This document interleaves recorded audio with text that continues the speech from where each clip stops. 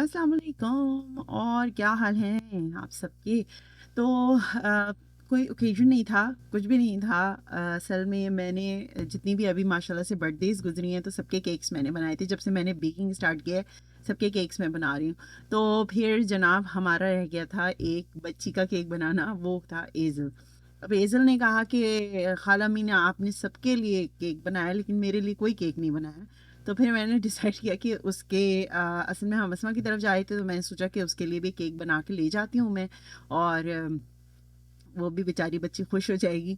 और मैंने बनाया था वनीला स्पंज केक और उसके बीच में जो है वो क्रीम एंड स्ट्रॉबेरी की जो है स्टफिंग की थी। इसको स्ट्रॉबेरीज़ बड़े मज़े की आई हुई हैं, बहुत अच्छी मीठी सी आई हुई हैं। तो स्ट्रॉबेरी सबको पसंद है, सारे बच्चों को पसंद होती हैं। तो मैंने केक बना दिया था और मेरे पास जो है ना, मैंने साइज़ देख के बनाया था। मेरे पास ये पुराना सा एक बोर्ड पड़ा हुआ था, बच्चों के लिए बाहर से लेकर आ गई थी मैं केक ना।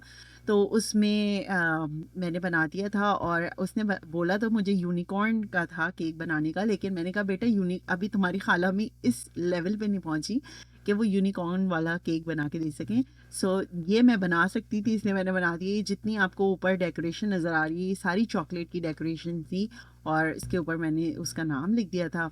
और उन्होंने अपना केक कट किया, हालांकि उनकी बर्थडे नहीं थी या कुछ भी नहीं था, लेकिन इट वाज ड्यू। तो फिर जो है वो उसी वक्त ख़त्म हो गया था। मैं ज़्यादा बड़ा बना के नहीं ले गई थी। हमारे यहाँ केक्स जो है ना वो बहुत ज़्यादा शौक से नहीं खाए जाते। मैं सोच रही हूँ कुछ चॉकलेट वगैरह इस टाइप का कुछ नए फ्लेवर्स इंट्रोड्यूस कराऊँ तो शायद हमारे यहाँ केक्स वगैरह खाए जाने लगे ना। हमारे यहाँ बड़े खाते हैं और पाकिस्तानी वाले मैंने केक्स देखे हैं जिसके अंदर वो स्पंज के अंदर सिरप भी डालते हैं। और मैंने एक दफ़ा वो ट्राई किया था, वो इतना ज़्यादा मीठा हो गया कि मुझे मतलब वो किसी से भी नहीं खाया गया। तो हम लोगों ने सबने ये किया, फिर सारी क्रीम्स उतारी, सब कुछ हटाया, फिर उसको दूसरे एक और स्पंज के साथ मैंने मिलाकर उसका डिज़र्ट बना दिया तो वो ख़त्म हुआ इस तरह से। अदरवाइज़ वो इतना मीठा हो गया था, आई डोंट नो पाकिस्तान में कैसे खाया जाता है वो सिरप से पुर जो होता है ना। I have no idea. Okay, उसके बाद क्योंकि अब यहाँ पर थोड़ी सी जो है वेदर बेहतर हुआ था तो हम लोग चले गए थे पार्क। और पार्क जाएं और स्विंग ना करें तो ऐसा कैसे हो सकता है। हम लोगों ने खूब इंजॉय किया। और अभी तो दोबारा सर्दियाँ आ गई हैं, अभी पिछले 4-5 दिन से ना काफ़ी ज़्यादा चिल हुआ है। उसके बाद पार्क में ही बैठे बैठे प्लान बना कि यार कहीं पे चलते हैं खाने के लिए। तो हम इस जगह पे आए थे, क्या नाम था इस जगह का मुझे याद भी नहीं है, आप लोग कहीं कहीं देख लेंगे कि क्या नाम था इस जगह का। और यहाँ ऐमन की फरमाइश पे हम आए थे तो क्योंकि ऐमन ने कहा था कि मुझे वो यहाँ पे सिर्फ एक अट्रैक्शन उसको लगी और वो अट्रैक्शन ये थी कि वो इंजेक्शन के अंदर फिल करके देते हैं चिकन के ऊपर जो भी आप सॉस वगैरह यूज़ करें ना। तो उन्होंने वो चिकन में वो उन्होंने सिरिंज में भर के रखी हुई है, इंजेक्शन्स में भर के रखी हुई है और वो उसको आप उसमें स्टफ़ इन करें और खाएं। और एक बात मैं बोल दूँ, खाना बहुत मज़े का था, बर्गर भी बहुत ज़बरदस्त थे, फुल फिलिंग थे।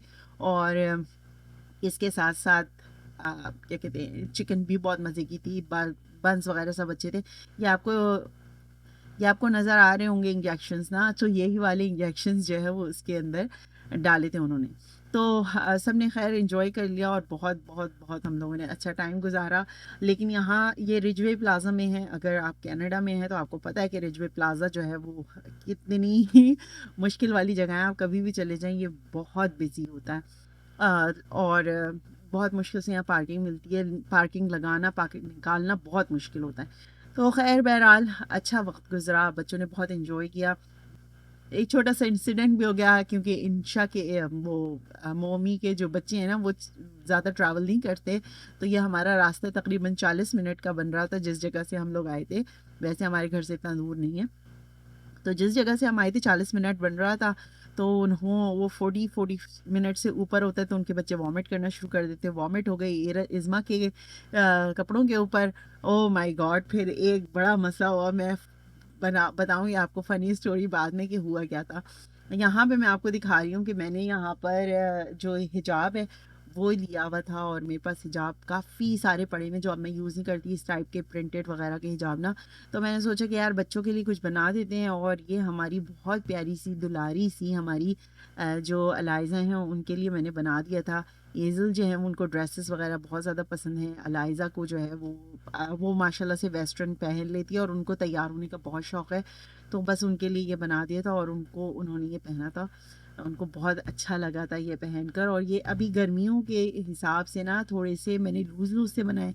नीचे मैंने प्लाज़ो स्टाइल का जो प्लीटेड गरारा टाइप आप कह लें वो बनाया था, क्योंकि कपड़ा कम पड़ रहा था। तो ऊपर वाला जो एरिया है वो मैंने कॉन्ट्रास्टेड फैब्रिक में ऑफ कोर्स बनाया था, और नीचे वाला जो एरिया था वो मैंने प्रिंटेड बनाया था। और जब उसने पहना था तो ये इतना कोई ख़ास जो है वो नज़र भी नहीं आ रहा था ऊपर वाला।